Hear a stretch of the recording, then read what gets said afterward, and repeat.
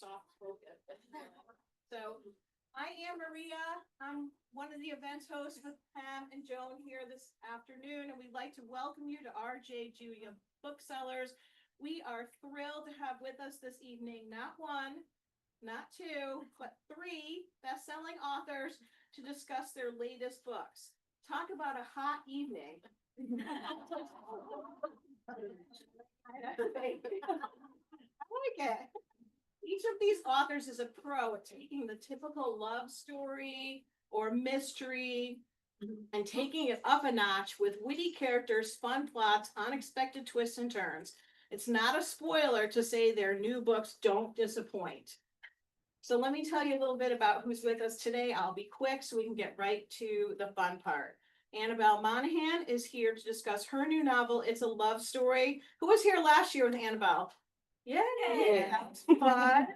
She was here to talk about summer romance, and her other books are same time next summer, Nora Goes Off Script, as well as 2 young adult novels, Does This Vulva Make My Butt Look Big? And a selection of laugh out loud columns that appeared in the Huff Post, The Week, and the Rye Record. Her novels have been translated into 20 languages, and she lives in Connecticut with her. Amy Poeppel is the award-winning author of several novels, including The Sweet Spot, Musical Chairs, Limelight, and Small Admissions.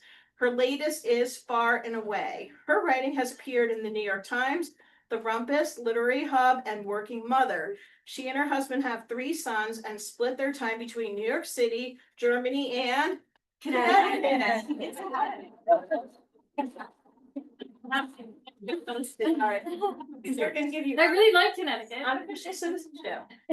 Karen Dukess is the author of The Last Book Party and will talk with us tonight about her newest book, Welcome to Murder Week.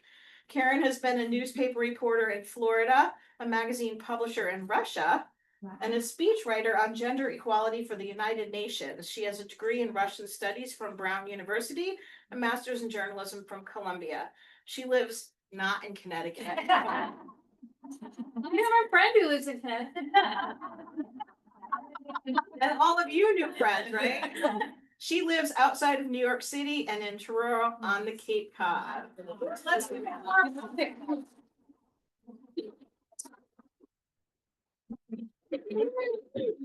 Thank you all so much for coming. Anybody raise their hand if they can't hear me? You can. Thank you so much for coming. I am particularly excited. We've all done a lot of traveling in the last couple of weeks, but tonight is the night that I'm most excited for. My book came out a month ago. Their books came out 2 weeks ago. And everywhere I go, I tell everyone who will listen that these are the 2 best books of the year. Far and Away and Welcome to Murder Week are the books that I read this year that I was like blew my mind. I could not wait for them to come out. So we've been trying to figure out a way where we could all do an event together, and like magic, it came together here. So we are so happy to be with you guys tonight. What we're going to do is we're each going to talk a little bit about like the genesis of the book we're talking about tonight, give you just a little bit about what it's about. We're all going to ask each other a couple of questions. It's not going to be in any way awkward when we do it. Then we're going to turn it over to you guys for questions. So please have some. So Amy, do you want to go first? Sure. So I'm Amy Poeppel, and my book is called Far and Away. And as you heard in the introduction, I've been splitting my time recently between Germany and the US. I lived in Berlin for a couple of years, so I always knew that I wanted Germany to sort of play an important role in some book that I wrote. And I started thinking, the holiday, a house swap. And I decided to do a house swap book between a family in Dallas, Texas, and a family in Berlin, Germany, because what could go wrong? Pretty much everything. So that was sort of the little germ of what started me wanting to write that book. How about you, Karen? First, I just want to say it's really nice to be here, and it's really nice to be here with such a big crowd, because I was here 6 years ago for the last book party, and through no fault of RJ Julia, I was here with 3 other mammals, one of which is my dog. I'm kidding. They were like two people here and the kind woman who like sold the greeting cards who came to join me. So, this is really nice. This is better. This is better. My time. That's great. But anyway, so Welcome to Murder Week is a story about 34-year-old Kath Little who lives a very quiet life in Buffalo, New York.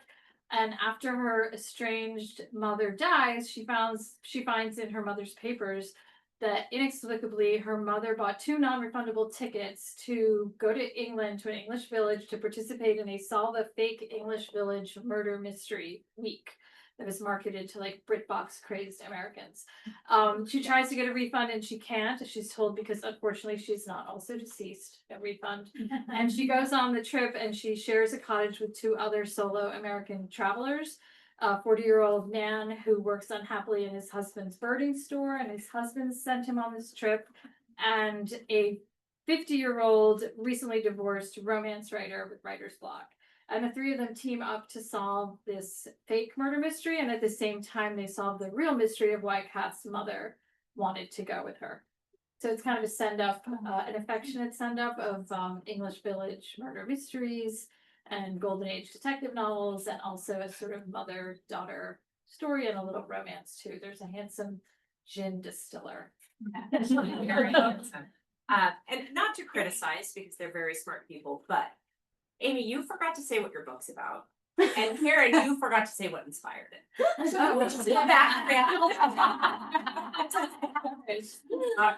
You want to do your first, we could do that as the second round. Okay, so I say what my book's about? Yeah. All right. You should have a turn, Not Annabelle. inspired you to choose. Because there might be a few people who came here. Okay, I'm gonna start with what inspired. Okay, I'm gonna do that. We're totally organized. So when I finished writing summer romance, I decided I was gonna take a week off and not write a book. And I was down in Georgia for an event at a bookstore, and I picked up I'm Glad My Mom Died by Jeanette McCurdy. Has anybody else read that book? If you haven't read that book, so like read it immediately. Or It's listen to so it. good. I don't think I could have listened to it. I think it would have like hurt me too much to hear her telling her story, but she is such a good writer. And I loved it. And I read it a second time as soon as I finished reading it. And the thing that stuck with me about the story is just this idea of all of these teen stars that I grew up with and that my kids grew up watching. And it was also haha funny. And they were working 12-hour days. Like they didn't know anybody besides the other kids on the show. God knows what was going on. And they're basically going through puberty on television while the nation is watching. And I thought it's very possible that a person, even without all the horrible things that Jeanette McCurdy went through, under the best of circumstances, you might grow up like not knowing at all who you are. You've been told to like wear a costume, read the script, stand there, you're the nerd. Like you grow up with a really weird sense of yourself. And I decided I wanted to write a story about that woman. That's my genesis. That's your genesis. On the Yes. second round, you'll tell what. Yes, that's how it is. I like it. Okay, so Far and Away is a comedy about 2 families who swap homes, one in Berlin and one in Dallas, Texas. So what I had to come up with was why? Why did these families need to leave where they are? So there's a boy in the Dallas family who has gotten in so much trouble right at the very, very end of high school that he is expelled from school the day before graduation. And it's a bit of a scandal in the town, and they are sort of frowned upon by the community. And so the mom decides that it is just time to get them out of town as fast as possible. The German family, they had planned a big move to New York. The whole thing falls apart, and the guy gets a job offer in Dallas. So the 2 women are both in a panic, and they meet over social media and decide without asking any relevant questions whatsoever, like what is your house like or how many people can fit in it. They decide to do a house swap. And they have lots of regrets afterwards. But the fun part about writing the story was for the 2 families to end up completely involved in each other's lives. That was sort of the main thing that I wanted this story to have, was you're not just swapping homes, but you're actually swapping neighbors, family members. Like everybody's going to end up knowing everybody. So that's basically what the book is about. So what inspired Welcome to Murder Week? So I had no intention of writing a mystery. But I took a trip to England with my sister. We went to the English countryside, to the Peak District for a week. And we stayed in a little cottage and we did all these quintessential English things, and we had an amazing time. And what I didn't expect is that everything I did and everywhere I went, I was experiencing it through the lens of all the books I've read, all the British books and British films. So I'd be like walking across the moors and I felt like I was Jane Eyre, and I even like threw myself down the moors. Not knowing that moors are really wet. So the rest of the day I was like, mud on me, whatever. But everything I did, it was either like I was in Jane Austen novel, or I was thinking about, Grantchester or Midsummer Murders or something like that. And we had such a good time, and I was in a very joyous mood. And then when I came back, I had tried to sell another book that I had written, and it didn't sell. It was drawing on my ears in Russia, and I was trying to sell it right after Russia invaded Ukraine. So it's like the essence of bad timing. And after a few kind rejections, I decided just to set it aside. And I didn't know what I was going to write. And I decided I wanted to feel as joyous as I felt in England. So I decided I would write about Americans going and having the same kind of experience. And my initial idea, not a mystery, was to send a group of writers, a writing group, to the English countryside. I like the idea of sending people together who are together because of a common interest, but have nothing else in common. And I don't know if anyone has been in writing groups or book groups where you're with people that you wouldn't have met otherwise, maybe different ages, different backgrounds, but you get to know each other in a very intimate way. And in writing groups, that happens. So I thought that was a great idea. I'm going to write about this writing group that goes to the English countryside. And a very smart friend of mine said to me, okay, what are they going to do there? And I was like, oh, they're going to write. It's going to be a really boring book. So that's when I had this idea to write a fake English village murder mystery. So I wrote my first fake fictional mystery. Real fictional mystery. I just remember Karen called me and said, I just like that Russia thing was so heavy and I just want to have fun. Like, what? Can I write a book and have fun? And then I didn't know it could be fun. And then the book itself is so fun. Like, It was fun to write. it's so fun to read. Anyway, so my book, that was where I started. I just wanted to write a book about a teen star who's grown up and doesn't know who she is. And so my story is about Jane Jackson, and she is a former teen star on a show that is kind of like Victorious. Do you guys ever see that show? It's like, it's a high school, but we have a band, and the band is famous now. And there was like the hot girl in the front, and the hot guy, and then the mean girl, and she was the nerd in the back in the show who like sits in the plate of nachos at the end and everybody laughs. Ha ha ha. And that's how she grew up. Now she's an adult. She's trying to make it in Hollywood as a producer. She is finally going to be taken seriously when the book starts. And she is headed to a meeting with the head of the studio, and she's going to get her first film greenlit, and she's going to be totally legit. And she gets to the meeting and everything falls apart. Like the whole thing is like at all the support for the movie is falling apart. And she panics and she tells a really big lie. And she basically has to spend the rest of the book trying to make the lie true. And she can only do that with the help of the one guy in the world who she really cannot stand. And that guy is Dan Finnegan, the most adorable man that I've ever written. I love him. You said that before I saw you, before you had, before I had read the book, and I was so excited to read it because she said he's your favorite. He's your favorite of all your books. He's right? my favorite of all the people that I know or don't know. Fictional.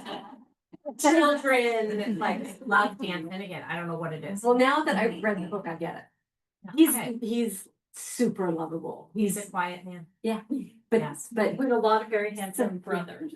Yes, Yes. he does have handsome brothers. he's a good person too. Yes, doesn't have health insurance. Yes.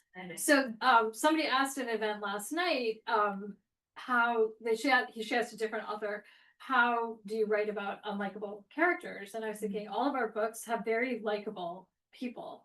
And I think it's actually harder to write about likable people than unlikable people, to make them like really appealing and not too good to be true. Do you have, I don't know if you've ever written unlikable people, but Well, Your characters are so lovable and so real. How do you do it, Annabelle? well, no, this one, I mean, Jane Jackson, who's the star of this book, is just a mess. Like she sits under her desk at work and eats candy bars because she's stressed out. Like she does a lot of really crazy stuff. She has temper tantrums. I think she's the most unlikable person that I've ever written. And I loved writing her because I loved having my own personal temper tantrums while I was writing her. Like as an adult, how often do you get to be like, so mad? Like I just don't get to do that. Like we're so together. I even liked that, and I like writing a villain too. Like I don't know, Nora's ex-husband, but he wasn't on the page. Yeah. He was a good villain though. He was a good villain. Have you ever written a really unlikable character? In the sweet spot, I have an ex-husband, sort of soon. It's the most unlikable character of all time. And the hardest thing was when I decided to give him a chapter. I got like sort of 3/4 of the way through the book, and I was like, I want to hear from him, and I was sort of terrified to do that because Yeah. I wasn't sure if he should be allowed a voice in the book. It was all close third, but still, I just wasn't sure if we should get to hear his side of the story as a guy who's a cheater and who, left his wife. And then I finally decided yes, because he's a man and I want to hear his version of events. You want to give him a Yeah. chance to just try. Just try, Justify and his just behavior. try, because we're not going to fall for any of it, but let's hear what he has to say. And that was super entertaining I amused myself writing from his perspective, like sort of what he was thinking, what's his version, which is not what anyone who reads the book is going to think. Yeah. But that was kind of fun. Yeah. I So- love that. All of our books, they travel, like major travel. My character leaves Los Angeles and goes to Long Island, which does feel like a bit of a leap. And I felt like in all of our books, they had to leave home to change. Yeah. Like more than most stories. Can you talk a little bit about that? Yeah, I mean, I think it's interesting that in all three books, the main characters are gone for what, 90% of the book, pretty Yeah. much, if not all. So yeah, I really enjoyed putting my characters into a completely different culture, into a totally different place that would make them rethink everything, including wondering if they even want to go back home again. If they can go back home again and if they would want to go back home again. So I had the problem of language. So my characters are German and American. So let's say you have this married German couple, Greta and Otto. How do you have them speak English to each other so that y'all can understand the book when you read it? I mean, that's actually a challenge, because why would they speak English to each other? So I came up with this device that Otto, because he knows he's moving to somewhere in the United States, must practice his English. So he tells his wife, whose English is pretty much flawless, we are only going to speak English to each other at home. But that opened up a world of entertainment, because I got to sort of have direct translation, which is sometimes hilarious between German and English. But for sure, they all change from the setting. And the fun thing was that I didn't know starting out what was going to happen. I didn't know these characters very well. So I wasn't sure, was Greta going to fall in love with Texas? Was Otto going to hate it? Or was it not going to turn out? What was Lucy going to think returning to Berlin?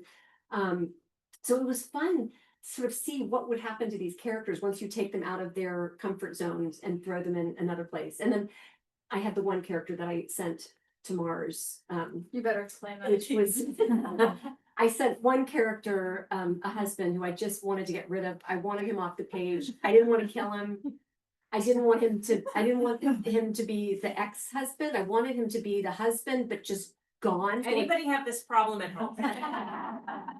A lot of us easily. Here's Amy's solution. How do you get rid of a husband if you just don't want him around to help or to get in the way? You just don't want him to. So I did a whole bunch of research, and I had decided that he's sort of a science adjacent person in some way. And I started doing all this research on Mars biospheres. And I was like, okay, so that's serious science. They're actually doing very important work. And at the same time, they are a bunch of grown-ups pretending to be on Mars in the middle of the desert in New Mexico. So that fit my narrative purposes. And he can't even perfectly. call. He can't call, he's off the grid, he's not getting any news from home. So by the time he He's the finally perfect man. emerges, he's, yeah, perfect. I just wanted him to be completely out of the loop of everything that had been happening to his family while he was gone. Yeah, so what about with Kat heading off to Yeah, England? so I mean, obviously, once I had this idea, going to England was the point of the story, but Cap at home lives a very narrow life. She started working for an optician in high school, and then she eventually became an optician, and she took over the shop. So she's working in the same job since high school. She's living in the house. Her mother left, her father died when she was young, and her mother pretty much abandoned her to her paternal grandmother when she was 9, and her grandmother died. So she's living in the same house her whole life. She's moved in, she's in her grandmother's house. And it's a very narrow life, and she's living that life primarily in reaction to the way her mother was. Her mother's super flighty, super passionate, always has a new man, a new thing she's gonna do, a new pipe dream. And Kath is like refusing to be that way. So getting her on this trip to England was a way to get her out of that pattern that she was in. And I love the idea, just like I wanted to bring these 3 very different people together. I love the idea of how so often when you travel or you're thrust into some short-term situation like that, that you arrive there, like no one knows you. You can just sort of be yourself because nobody has any preconceptions about you. These people don't know what kind of life she lived at home. So Kath and Wyatt and Amity, the 3 in this cottage, they just kind of are like very open with each other right away. So it's very much a found family book. And there was just something like liberating about that to all of them. So they just get very friendly with each other and jokey with each other, but sort of help each other change by having this experience together. And it brought out so much of Kat's funniness because she is in the town. You don't know who's part of the murder simulation and who's not. So all of these like kind of preconceived notions of British people, and like there's the vicar. Is it a real vicar? Or is he dressed up like the vicar? Are those his teeth? Like the whole thing. I felt like there were so many getting her out of like her optician world has so many opportunities. And I also wanted her to be not a history fan. It was much more fun. She's with all these people who are like, oh my God, an inquest, just like in Rebecca. Like they're all going crazy because everything is happening like in the stories they've read. And Kath is like not into it. And she doesn't know about, there's a little love interest in the story. And that's another character where she's not sure. She's like, right, there's a handsome gin distiller in this town of like stodgy old people. Like, yeah, there is. Yes, there is. Yeah. So in my book, she has to go to Long Island. And I think that it helps her to get out of Los Angeles, which is like, she grew up in Hollywood. That is her place. She's a person who's always in a costume. She has very specific clothing that she wears for very specific dates, the first date, the second date, the third date. She always knows exactly what she's going to say, although she loses her temper and doesn't ever say the right thing. But it was very fun for me to get her out of there and take her to this beachside town with these super laid back people where she never has the right thing to wear, doesn't even have a bathing suit, and she can't straighten her hair anymore. And she's just like, getting her out of Los Angeles made it easier for me to show her who she was. Can you talk a little bit about the town? Because you say Long Island, but you're not writing like glitzy Hamptons Long Island, and you're not writing like overdeveloped trafficy Long Island. You create like lovely towns, but they're not real, right? They're not real. And it's funny, people from Long Island are like, oh, loved your book. I'm like, which part of Long Island are you from? Because I made this up. So whenever at the same time next summer, I made up a town. Because like, this is fiction. It's a town in Long Island where regular people can have beachfront property. And they have a house on the beach. And then I spent a lot of time on that town. So then when I wrote this book and I was like, I think they're going to go to Long Island. I was like, I've got a town for them. To that town. And if you read that book, Wyatt has the owl barn built so that she break up or marry. They go to the owl barn again. And very few people have noticed this, by the way, that I use the same town. But What's yes, it called? it's called Oak Shore. Oh, sure. I have an Oak Shore sweatshirt. I bet people have Googled it. Like, I want to live in. I should have like, oh wow, I've got $90,000 for a house. Yeah, no, it's made up. So they're on the other side of the tracks. They live on the potato fields, not on the water. And they live there year round. They're not summer people. But it was fun. It's fun to make up a town. Yeah, I totally made up a town because I'm like, I can't write a real English village. So I based my town on the village of Bakewell, which is absolutely charming. And everything that the characters did, they went to places that are real places that I went to. But the town itself is The fiction. home base. The home we made base, up. yes, totally. I did not make up Berlin, Germany. For Dallas. I did not make up Dallas, Texas. And I wanted to do right by, if they're real places, there's also this pressure of kind of doing right by No, this is why I make places. up places. Yeah. But I was, Yeah. my husband kept saying to me like, you know, aren't you worried? I mean, he was half joking about this because there's been so much in the news about like cultural appropriation. He was like, I don't know, you're appropriating British culture. And I was like, but I'm writing about dumb Americans in England, so they can make all sorts of mistakes. I'm making fun of their view of England. I'm not trying to get England right. So that made it Yeah. easier. I make fun of Germans, sorry. But my husband's German and my kids are German, so I kind of feel like I had license. They can take it. Yeah. I did have a little fun. So since our books are also travel-y, and we're all sort of in a little bit of a travel mode right now, does your writing, I'm switching a little bit more to like a processy kind of question, but are you able to just go with it and bring your laptop and work wherever you are? Or do you guys feel discombobulated from being on the road? I'm not writing right now, so I'm taking a break. I am working on another novel, but I'm taking a break from writing while I'm traveling because I would not do well at it. Like, at least I am mature enough to know, don't bring your laptop, that's gonna write. Sort of like bringing your gym clothes and every, business trip, then you don't go to the gym. No. But It's so true. definitely, I often like, just when I am writing, I don't have it. I kind of hate the question about your process because I have no consistency in my process. I have like, oh, this week I'm gonna write every day, and after 3 days, I'm like, this is amazing. This is the new me. I'm gonna write every day from 9 to 12, and then by the 4th day, that's gone. But I've learned that it just works. Going to that office.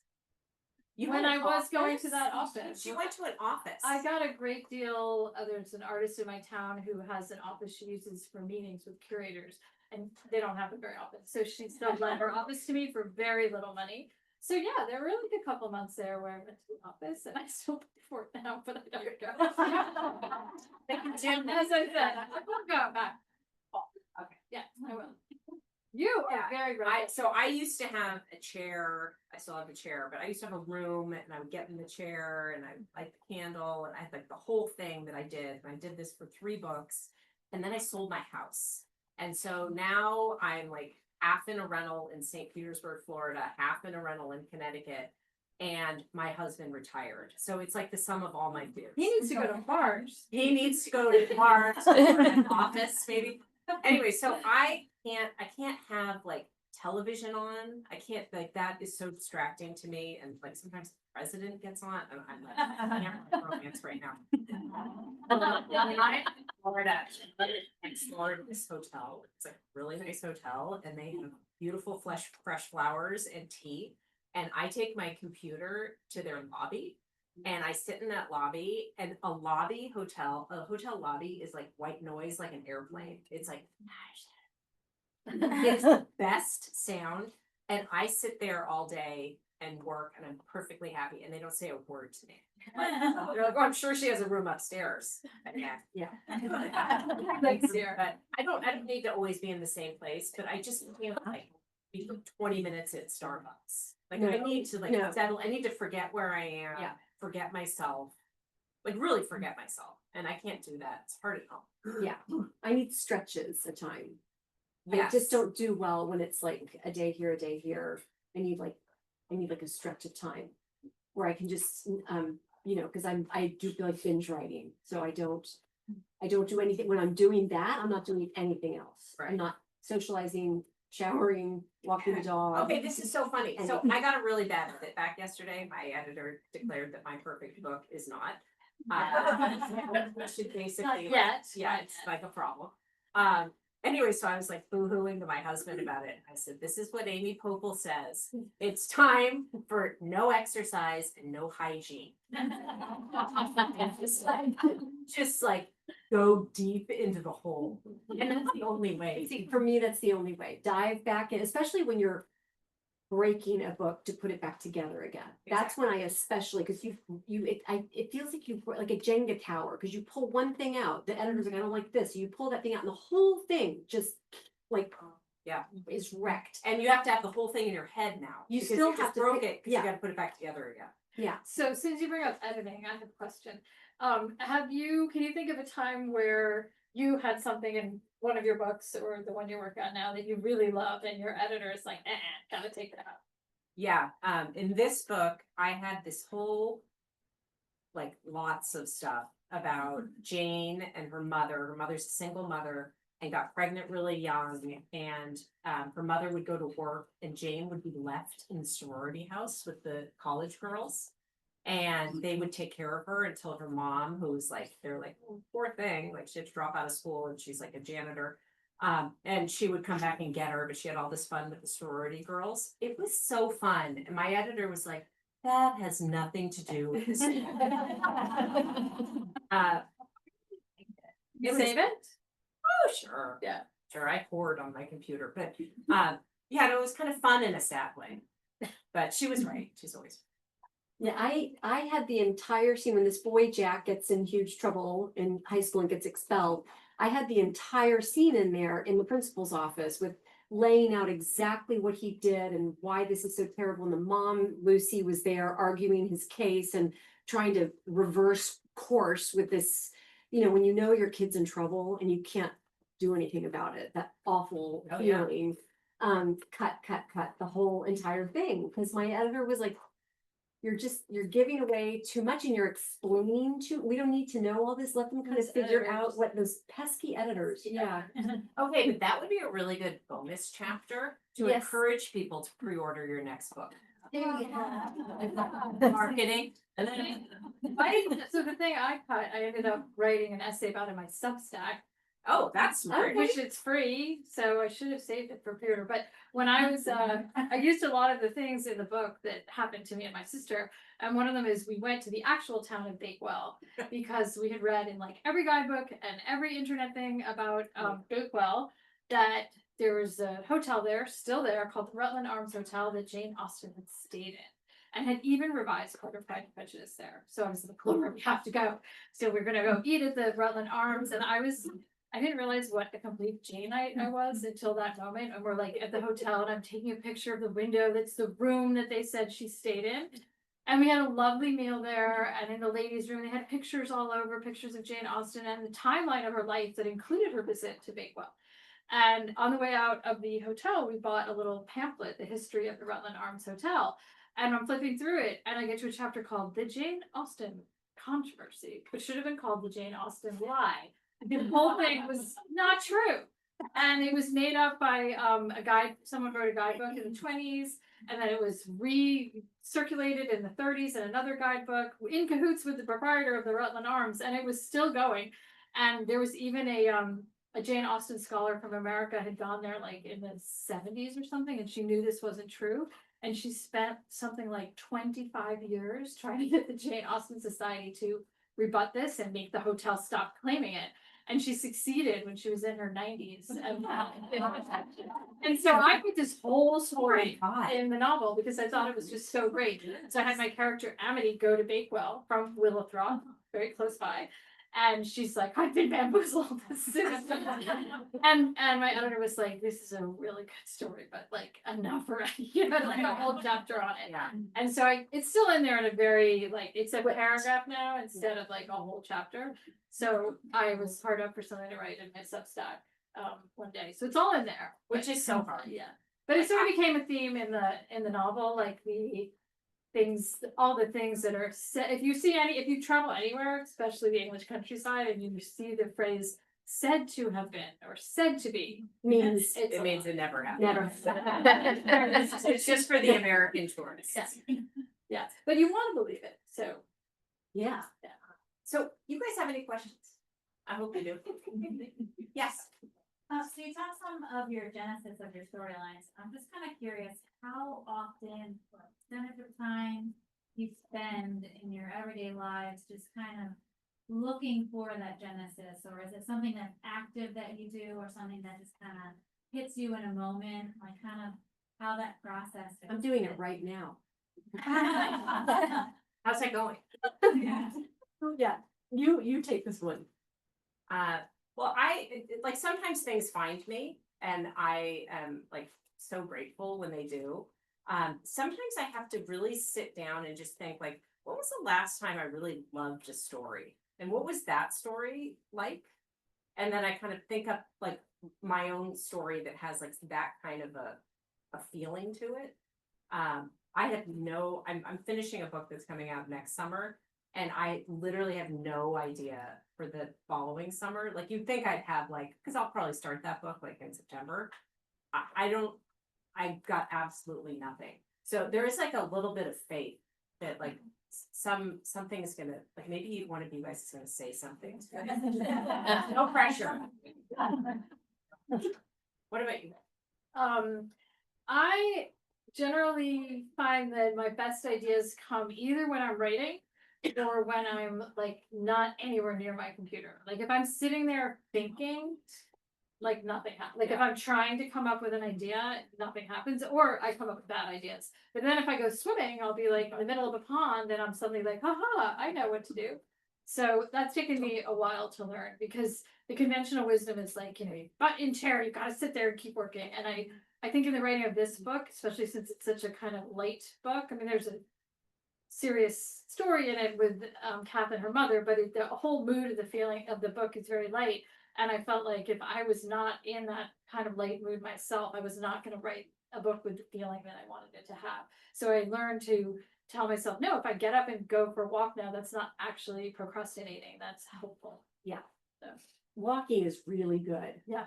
Walking is good. I'm with you. I can't do TV when I'm working, and I can't do music with lyrics when I'm working. Never. But I'm not, in spite of the fact that I wrote a book about classical music, I don't know much about classical music. So the symphony is a great place for me because I have no idea what's going on. Like I don't hear specific things in the music that I'm supposed to be listening for. I do my best thinking at a symphony, actually. I think button chair is great for editing. Yeah, for revising, for revising. But the ideas, I like talking to people and hearing crazy stories that people tell me, and then I veer off of that. And I totally agree with you that walking, swimming, listening to, like attending a symphony, you can't have your phone on. Yeah. You're not paying attention. There's no word. It's not like seeing a play. I could never think in a play because I'm just, watching. Oh, I can. But but the symphony, like my phone is away and it's like, 2.5 hours. That's where the whole idea for Limelight came, was just sitting at the symphony and I was like, what if? And then what if? And I was like, I got my next God, I love that thing. book so much. Limelight's her second book. You should be. So fun. Who else has questions?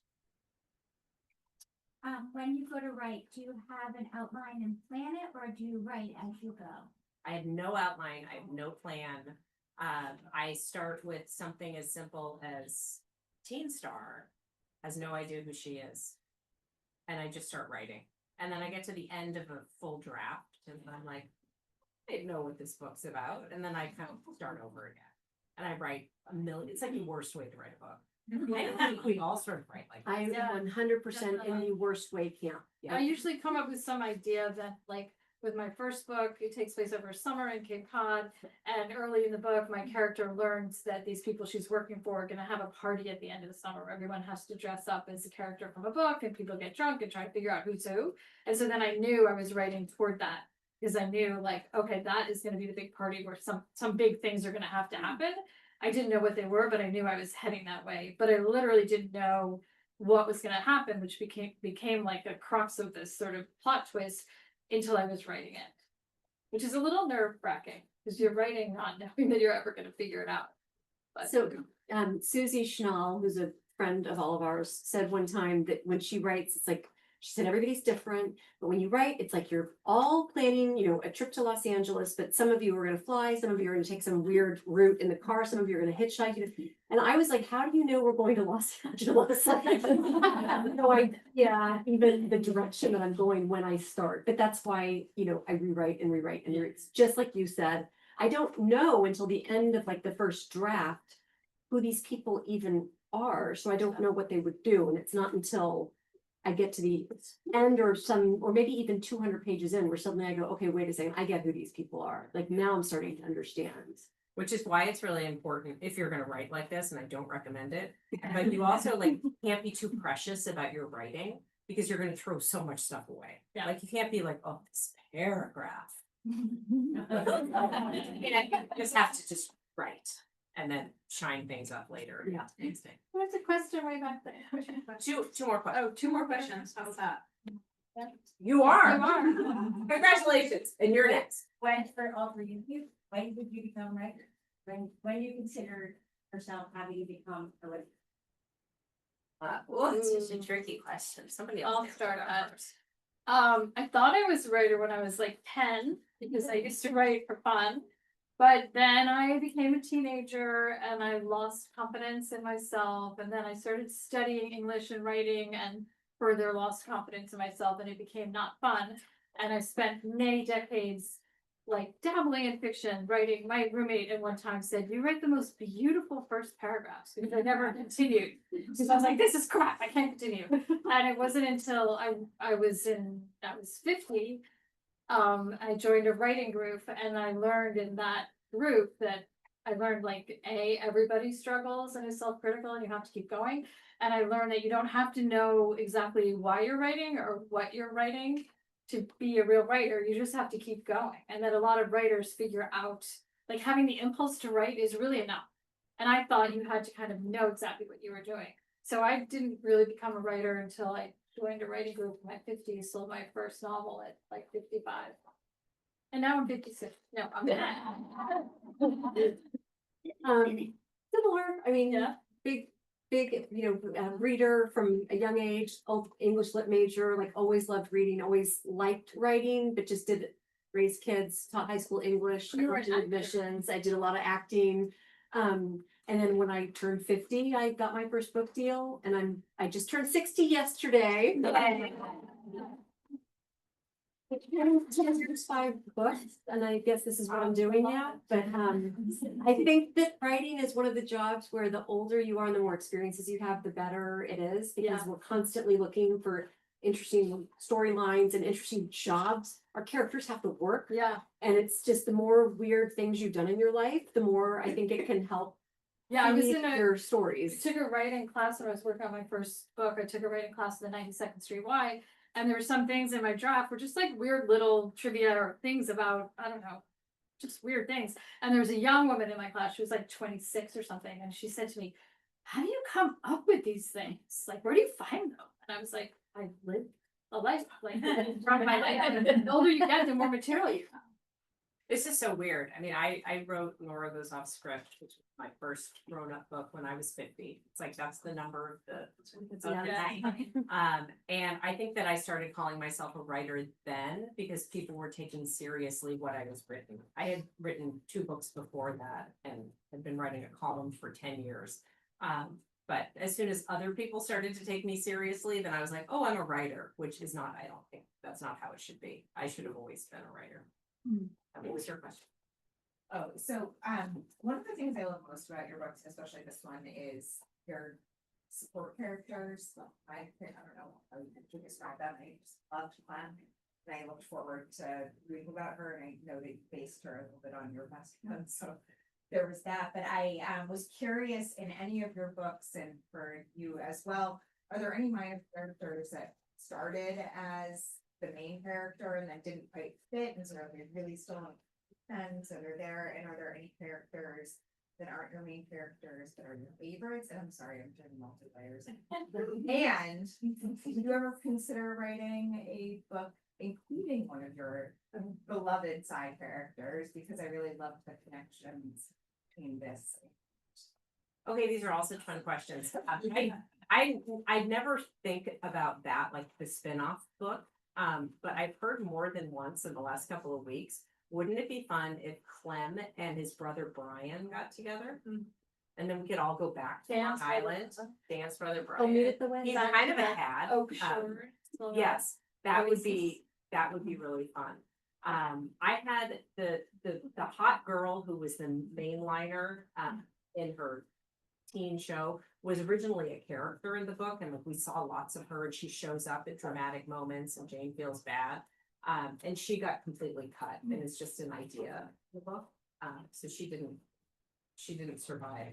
But it is weird. Like you write all these characters in a book. I mean, nobody writes more characters than Amy. Amy has like people dancing around. But it's like, yeah, some of them don't survive. Cause I can't keep that many people in my head for that long. I never thought I would write a sequel. A lot of people with the last book party asked me, like, are you gonna write a sequel? And I was like, no, I really like leaving my main characters sort of on a precipice where they've changed. And you sort of feel like, okay, now they're gonna maybe be okay and be on their way, but you just leave the reader to imagine it. But with this book, I have these two, the book is narrated by Kath, but Wyatt and Amity, the cottage mates, have their story arcs. And I really had so much fun with them that the next book that I'm working on is narrated by Amity. So at the end of the book, she's left in a new place. She's starting something new. So that book is going to be narrated by her, and the other characters, Kath will have a tiny role, probably like via email, and Wyatt will be in the book. And I'm just enjoying staying with the characters, and I never thought I would do that, but I never thought I'd write a mystery either. So Yeah, you never know. I do have a large ensemble cast Yes. generally in my books, but I always make sure that anyone who's in there is functioning on more than one level. Like they always will end up coming back again or having something to do with the end of the story. But it was my last book, The Sweet Spot, where I did really what you were saying, which is the whole book was written from her perspective.